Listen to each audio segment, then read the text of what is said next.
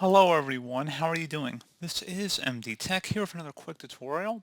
In today's tutorial, I'm going to show you guys how to resolve high CPU or memory usage caused by the IAStorDataSvc data service on your Windows 10 or Windows 11 computer.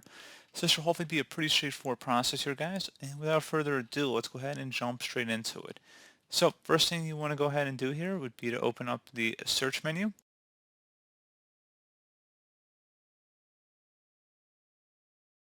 Type in apps and features. Best result should come back with apps and features. Go ahead and open that up.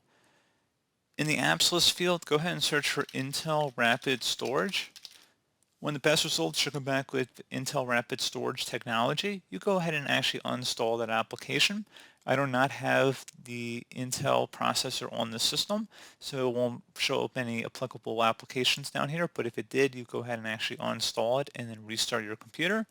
Something else we could try here as well, if you were to close out of here and open up the search menu, type in services, best match, come back with services, go ahead and open that up. Instead of uninstalling it, if you just wanted to disable it, you could go down to the Intel Rapid Storage Technology service in here, you would locate it in the list, and you would double click on it, and then you would stop the service and set startup type to disabled. And if you ever wanted to re-enable it, you could just by selecting automatic and then starting the service. So you could just come back in here. Again, I do not have that on this machine, but you would look for the Intel Rapid Storage Technology service, and then you just would disable it through the service window here. So pretty straightforward process here, guys. Do hope that I was able to help you out, and I do look forward to catching you all in the next tutorial. Goodbye.